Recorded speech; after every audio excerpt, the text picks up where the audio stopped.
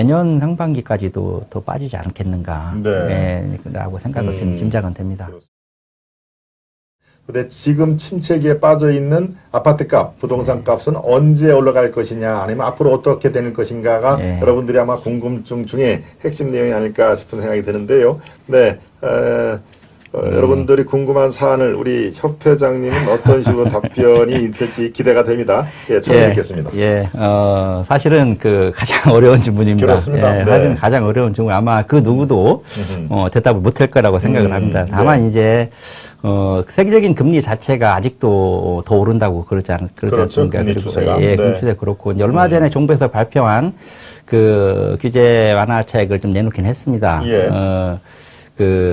규제 지역을 좀 해소를 한다든가, 또 이제 LTV를 좀 완화시켜준다든가, 그렇죠. 그런 부분을 좀 내놓긴 했는데, 거기서 빠진 게 하나가 이제 DSR 부분이 좀 빠졌거든요. 그래서, 실질적으로 DSR 부분도 조금 완화시켜줄 필요가 있겠다라고 생각이 들고요.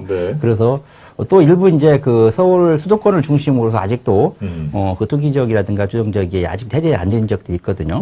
그런 부분들을 지역 단위로 조금 행정동 다니는 그런 식으로 이렇게 조금 소규모로 지금 꼭 필요한 부분들만 좀 구역을 지정해야 할 필요가 있다고 봐요.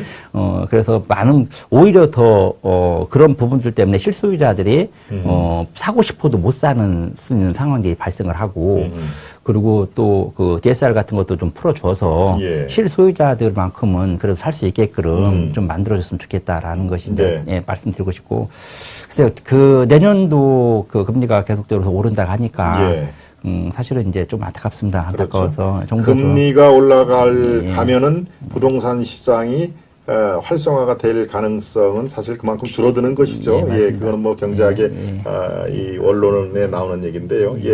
그렇다면 금리와 지금 관계에서 상당히 우리 시청자 여러분 귀를 쫑긋 세우고 계실 텐데, 그래도 결론은 내주셔야죠. 네.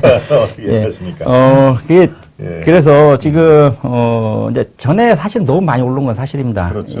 너무 많이 올라서, 어느 분들은 전에 오르기 전까지 떨어져야 되는 거 아니냐라고 말씀하시는 분도 계시지만, 실질적으로 이게, 언제다라고 말씀드리기는 사실은 좀 어려울 것 같고요. 어려울 것 같고, 내년 상반기까지도 더 빠지지 않겠는가, 라고 생각을 좀 짐작은 됩니다. 그렇습니다. 금리와 연계돼서 내년 상반기까지, 하반기에는 뭐 더 주고 받겠지만, 상반기에는 최소한도 부동산이 다시 탄력적으로 상승할 가능성은 쉽지 않겠네요. 그래서 정부한테 정부에다가 조금 더 규제책을 좀 더 활성화 대책을 좀 더 내놨으면 좋겠다라는 거고, 실소유자만들이란 말도 조금 구입할 수 있게끔, 또 지금 서민들이 사는 주택들이 있지 않습니까? 10억 이하, 또 지방 같은 경우는 뭐 4억 이하. 그렇죠. 그런 것들은 좀 풀어줄 필요도 있습니다. 풀어줄 필요도 있고. 선별적으로 좀 이렇게 규제를 풀어올 그런 있습니다. 것도 필요한 상황이다. 맞습니다. 네, 우리 멘토님의 질문은 아까 답변이 나온 것 같은데 다시 한번 볼까요? 중개보조원, 단순 업무만 보조하도록 되어 있는데 중개보조원이 체결한 중개에 따른 중개사고 공제료가 지급이 되나요? 아까 설명을 해 주셨는데 다시 한번 정리를 좀 해주시죠. 원칙은 이제 그게 이제 중개사가 중개 보조원을 채용을 정상적으로 했나 안 했나라도 될 수도 있고, 때에 따라서는 중개 보조원이라고 그 사무실 중개 보조원이라고 생각 들었는데 사실 아닌 사람들도 꽤 있거든요. 꽤 있고. 그래서 이제 원칙적으로 보면 중개 보조원들도 중개사의 책임입니다. 원칙상으로 놓고 본다고. 중개 보조원들도 중개 보조원에 의한 사고도 중개사가 책임지는 것이 일반 판례입니다. 그게 판례고.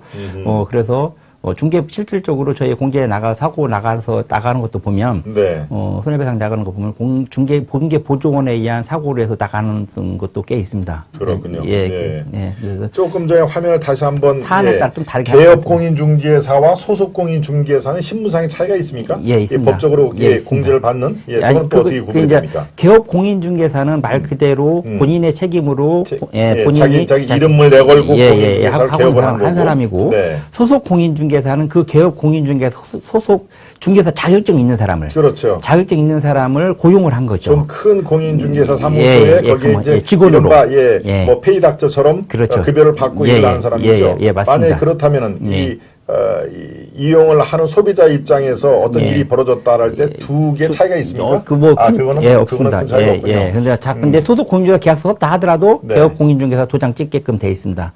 예, 그래서 네. 반드시 개업 공인중개사 역할이 네. 그 사무실의 총 책임을 지는 것은 네. 우리 개업 공인중개사라는 거 소비자들 알았으면 좋겠고 네. 소속 공인중개사는 중개 보조원은 아까 말씀대로 그렇죠. 일반적인 사무만 보조할 수 있다 보니까 예. 계약서를 작성할 수가 없습니다. 없다 보니까 중개 보조원하고는 절대로 거래해서는 안 되고 예, 이제 최소한 소속 공인중개사나 개업 그렇죠. 공인중개사를 거래하는 것이 맞습니다. 네.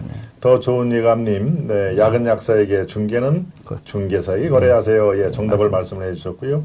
중개사 모르게 등록된 인장이 아닌 위조인감으로 날인한 경우는 좀 힘들겠죠. 그렇죠? 예. 네.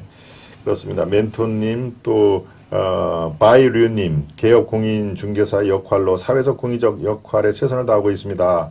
자긍심과 의무감을 가지고 중개 업무 중입니다. 류 비와이님도 공인 중개사에 지금 개업을 하고 계시는군요. 네. 우리와 같은 본부들이 어찌 고수의 말과 행동을 선뜻 이해할 수 있을까요? 예, 트럼프 슈퍼맨님. 하지만 늘 그렇듯 고수의 판단은 시간이 흐른 뒤에 판가름할 수 있을 뿐입니다. 잠시 침묵하여 사색하는 시간이 되었으면 좋겠습니다. 자, 그렇다면 아시아투데이 김동원 박사와 이정혁 박사님을 응원합시다. 좋아요, 구독, 알림 설정해 주십시오. 우리 슈퍼맨님이 정답을 말씀해 주셨습니다. 감사합니다. 네. 김영산님도 메시지 보내셨고요. 네. 부동산 중개는 무자격자, 무등록자 및 중개보조원들이 금전을 중개보수를 받기로 한 목적으로 하여 일회의 중개라도 하여서 반드시 변호사법 위반 처벌과 같이 공인중개사법 입법 개정을 하여야 한다. 이게 지금 이런 내용이 들어가 있습니까? 입법 개정안에? 예, 이제 따로 김병욱 의원이 한 네. 거 말고 네. 달리 이제 좀 천안에 문진석 의원 제가 이제 충남 지부장 할 때 네. 예, 그때 이제 문진석 의원님하고 적극적으로 소통을 하면서 문진석 의원님을 통해서 지금 발의가 되어 있는 상태입니다. 예, 그렇군요. 예. 네, 여러분들, 예, 지금 부동산 시장의 향배 이런 것들을 궁금해하실 것 같아 제가 대신 여쭤봤죠. 네, 내년 최소한 상반기까지는 금리와 연결이 돼서 상승적인 탄력은 매우 어려운 상황이다라고 그렇게 정리를 하면 되겠습니까? 네. 답이 될지 모르겠습니다. 네, 예. 제가 봤을 때 그런 것 같습니다. 그렇군요.